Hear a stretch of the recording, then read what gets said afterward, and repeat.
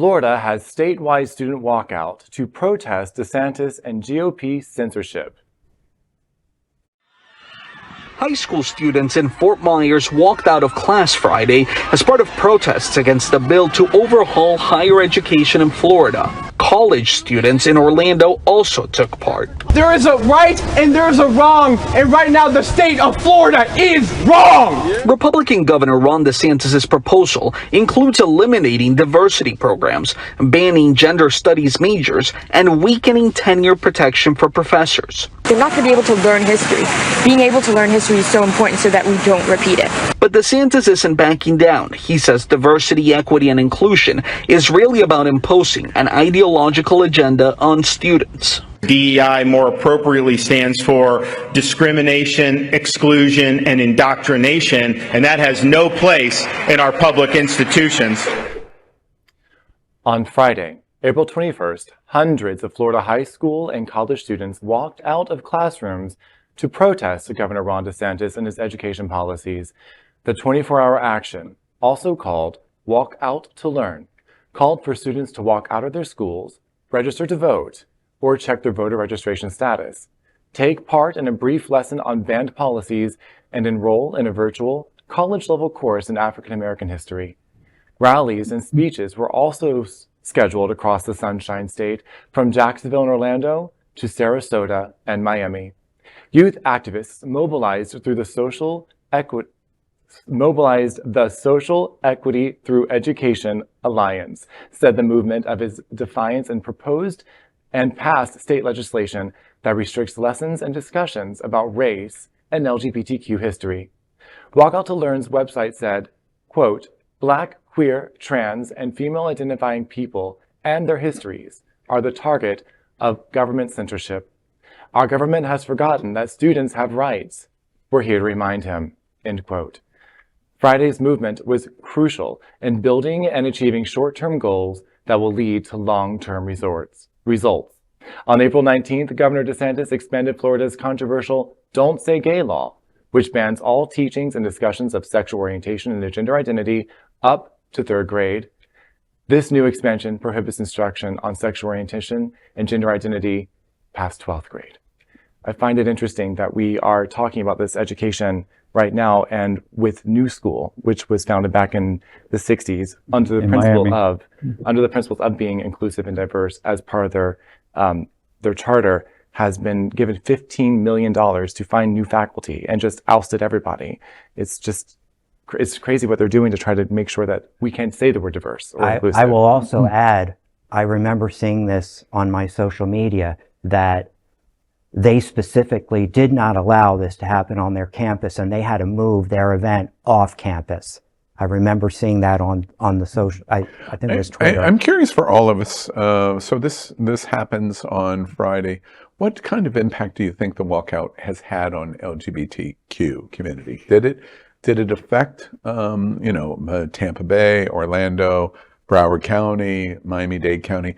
Did you hear a lot in the LGBTQ community that this was going on, that there was much effect? I heard nothing. I heard, I'm always on social stuff, and I know, quite a few people who were involved, but I only saw it because I think I was kind of looking for it.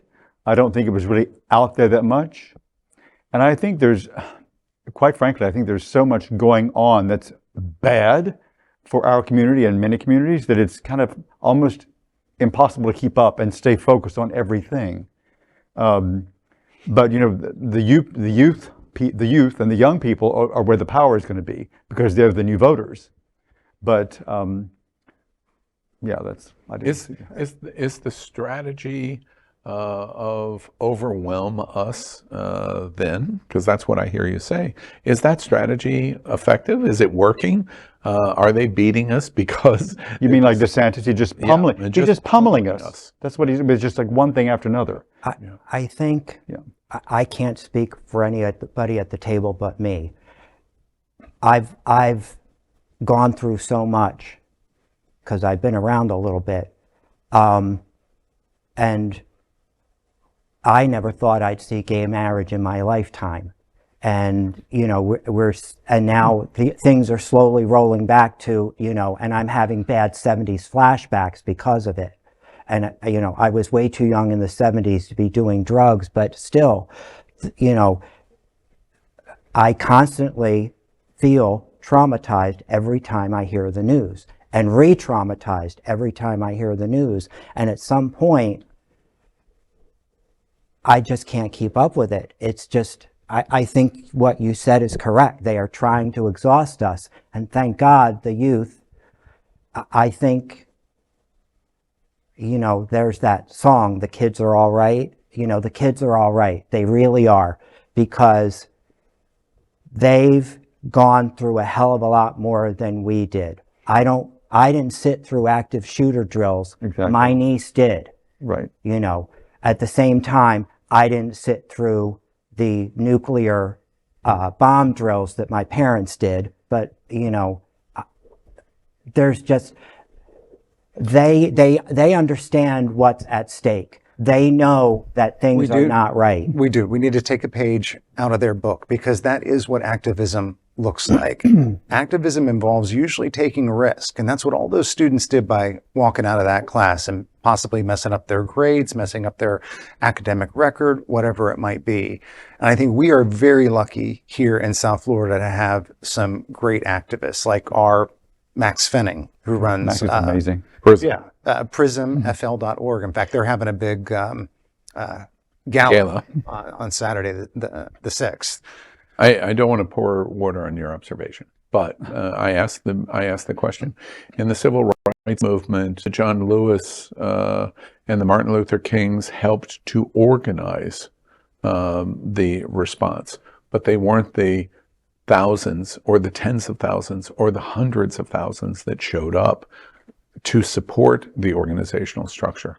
So these students walk out and they organize. My question is, where were the tens of thousands that showed support? Because it was maybe tens of tens or something like that, which is especially as connected as we are on social media. It should spread like wildfire. Why isn't it? That's the question here. You know, if we're going to recognize, like Dale's observation, that we're just being pummeled, when do we begin to say, okay, that's enough and our activism is going to kick in? Because I don't feel or see that. Does anyone else see it?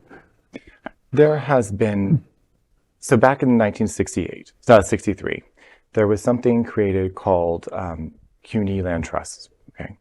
And they were designed to help lower income Black families actually obtain home ownership. It was one of the many brilliant things that came out of the civil rights movement back in the 60s. However, no one talks about this. They don't talk about this as a way to actually end housing inequality, for example. That just goes to show there are several tools that have been made accessible for us as a community to actually leverage and create a voice by having assets in our community to actually fight back and have some actual strength. However, we're not utilizing what we already been given. Yeah. We're still screaming and not actually implementing what what we already have created. We need to really look at that. How can we create fortresses and fortitudes within our community and make our voices heard by power, not just screaming into a void? One last quick observation before we move on to our next story. I'm sure Mark realizes this in terms of being at Treasure Coast Pride over the weekend. So we're dealing with the cancellation of the parade. We're dealing with a move to 21. We're dealing with IDing every single person, and we're dealing with privacy screens on the fences. Undercover, yeah. And when I came, I arrived about 1 o'clock in the afternoon. I was expecting to see a full protest of the event. And when I arrived, there was no protest of outside that this was happening. From the anti-LGBTQ. No, well, yes, but also from LGBT that was saying no, in protest of that. There was not a single protester against Treasure Coast Pride. There are no Proud Boys. There's no Moms for Liberty. There's no protest at all. And I couldn't help but wonder, well, they're very satisfied with what happened at Treasure Coast Pride. They are. And so therefore, where are our activists and our protesters where this has happened at Treasure Coast, and where are our voices? There was also not a single advocacy organization present at Treasure Coast. No carrying a sign and protesting, no booths in terms of registration, fight back, act up. No Equality Florida, There was no organizational structure. And we report that this is likely the first Pride parade ever in history in America canceled under these circumstances. And our advocacy of our community allows it to pass unchallenged. Do you think it was because there just wasn't enough time to organize something?